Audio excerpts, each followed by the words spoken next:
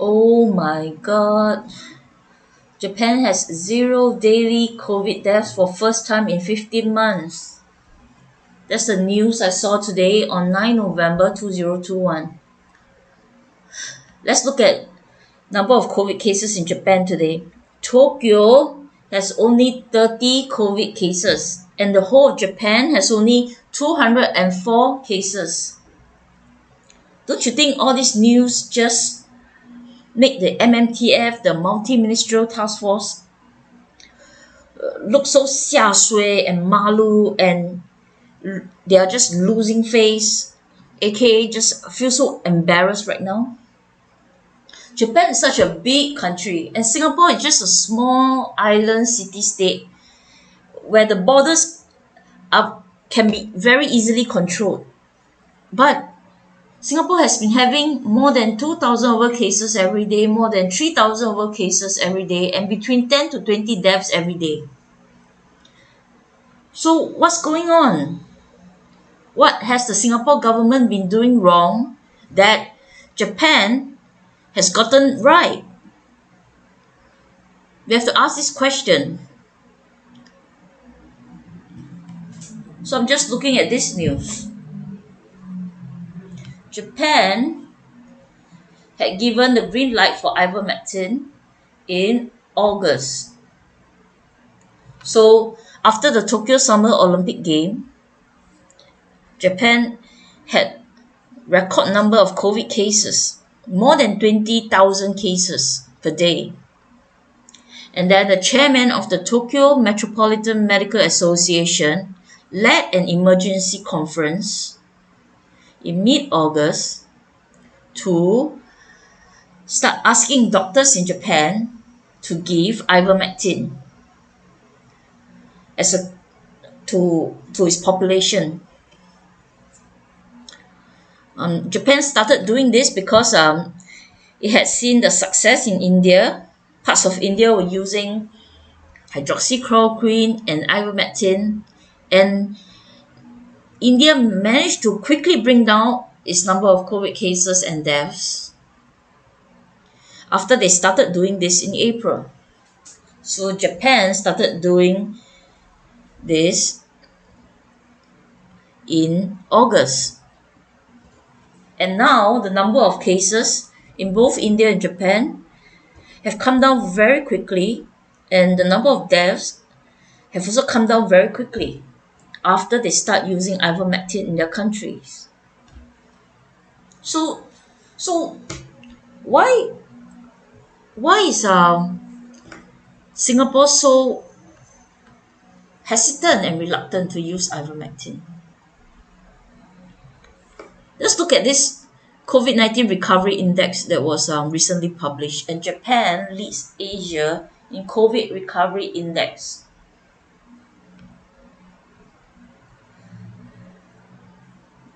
Japan is ranked 6th on the chart, whereas Singapore is ranked 100.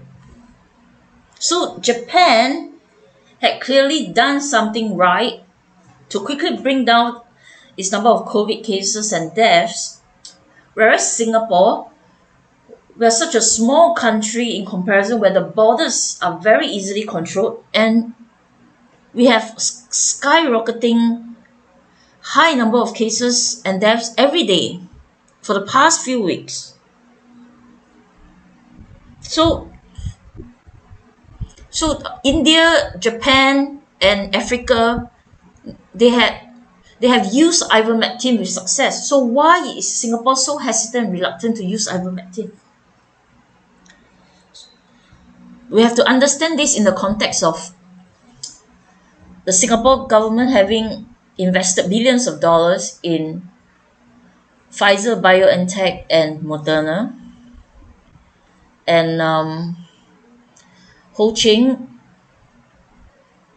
who is the wife of our Prime Minister, is on the board of Wellcome Leap, which is a company that does research in mRNA vaccines. And Pfizer is opening up a factory and office in Singapore. So the Singapore government has very high vested interest in mRNA vaccines. So mRNA vaccines are only authorized for use in Singapore under EUA, Emergency Use Authorization.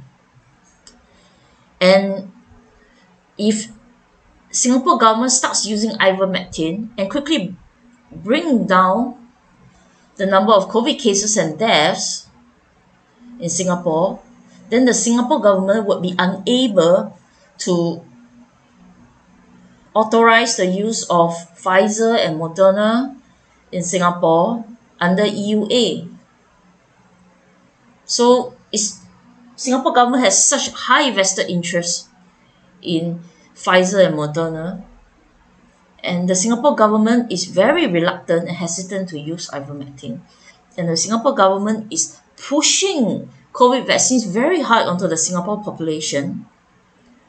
So Singapore government has a conflict of interest. So it's very upsetting that Singapore, being such a small country that's very easily controlled, has such high number of COVID cases and deaths every day, whereas a big country like Japan is able to control it so well. So actually, some Singapore doctors have tried to alert the Singapore government about ivermectin. Dr. Benny Tan had posted on Ho Ching's Facebook to suggest that Singapore vaccine-only approach to solving the COVID pandemic in Singapore may not be the right one. And seeing the success in India, Japan, and Africa, Singapore probably should start considering the use of ivermectin to quickly bring down its number of cases and deaths. Dr. C.T. Tan had written to Ong Ye Kung, who is our health minister at MOH, to also suggest the use of ivermectin, because Singapore has been relentlessly pursuing only one approach to solve the COVID pandemic in Singapore, and that is just focusing on the use of COVID vaccines and just pushing COVID vaccines very hard onto the Singapore population. But apparently, it's clearly not working because the number of cases in Singapore is so high and the number of deaths is so high every day. And it has been like that for the past few weeks at least. So the Singapore government and Ho Ching have been saying that ivermectin is a horse dewormer, animal dewormer. So it's not really a medicine. But anybody who says that is ignorant in medicine. Ivermectin has been approved for human use by WHO for many years, and it has near zero side effects, and it has proven to work very well as an antiviral for lots of viruses and parasites. So I don't know why Ho Ching and the Singapore government just keep trying to discredit ivermectin and just focus on pushing COVID vaccines very hard onto the Singapore population. But now we know Singapore government has high investment in Pfizer and Moderna, and Ho Ching's on the board of Wellcome Leap, and Pfizer is setting up a factory and office in Singapore. So we can see that Singapore government and Ho Ching has very high vested interest in mRNA vaccines, and there's a potential conflict of interest here. Singapore government has been pushing COVID vaccines very hard onto the Singapore population. It is heavily discriminating and punishing the few remaining percentage of the population that are unvaccinated in Singapore. And in starting 1st January 2022, Singapore government is trying to push a vaccine mandate whereby employees in Singapore have to choose between jab or job. But we're very happy to know that in the US, many states have filed lawsuits against the Biden federal government, and some states, I think at least Louisiana, if I'm not wrong, today, had won by opposing Biden's vaccine mandate to jab or job. So why is the Singapore government punishing the unvaxxed so hard by banning the unvaxxed in Singapore, the few remaining percentage of unvaxxed in Singapore, so from almost everything in Singapore? And Singapore government is mandating jab or job starting January 1st, 2022. And the Singapore government now is studying and probably will be proposing and announcing very soon to start giving COVID vaccines to children between 5 to 11 years old.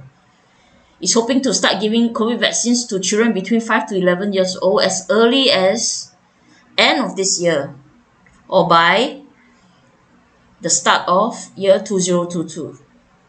And we know that WHO had already advised against giving COVID vaccines to children because children are not much affected by COVID virus and the risk clearly outweighs the benefits.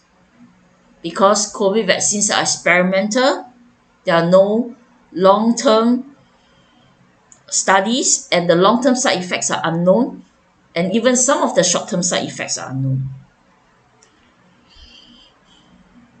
The Singapore government has said that it is based on studies done in US, and then it says that it's safe and effective to give COVID vaccines to children between 5 to 11 years old. But the studies in US are probably done by Pfizer and had only been carried out for a couple of months. So how can the Singapore government tell the Singapore population that it is safe and effective to give COVID vaccines to children between 5 and 11 years old? I definitely don't trust them when they say that. I don't trust that statement. And the Singapore government is even starting to look at giving COVID vaccines to children 4 years and below after they give to children between 5 and 11 years old as early as end of this year. So Singapore government is pushing very hard to achieve 100% vaccination rate in Singapore with constant boosters, not just to the adult population, not just to a teenage population, but next to children between 5 to 11 years old, and after that children below 4 years old. So I think that Singapore government is doing something that's very wrong. And looking at Japan today, I can't help but just think that Japan had done something right that Singapore government should follow. How can Japan achieve 0 deaths and Tokyo only has 30 cases and the whole of Japan has only 204 cases today, whereas Singapore has skyrocketing number of COVID cases and deaths every day for the past few weeks at least. So I hope the Singapore government will go and start doing the right thing for the Singapore population and just stop pushing COVID vaccine so hard onto the Singapore population, knowing that it's just an experimental jab. And from how Singapore has been doing for the past few weeks or even the past few months, Singapore's government approach of only using and only focusing on using COVID vaccines to stop the COVID pandemic in Singapore that has clearly proven to be the wrong strategy. I think by now, if Singapore is Japan, the Singapore government will have harakiri by now and just step down and resign already. Okay, but the MMTF is still there every day bombarding propaganda and telling Singapore citizens to just continue to take COVID vaccines when it is clear that our COVID vaccine only strategy has failed Singapore, has failed Singaporeans. So wake up, Singaporeans. Time to demand. It's time to demand our Singapore government to do something different. Time to demand our Singapore government to do the right thing. Just look at Japan and follow Japan.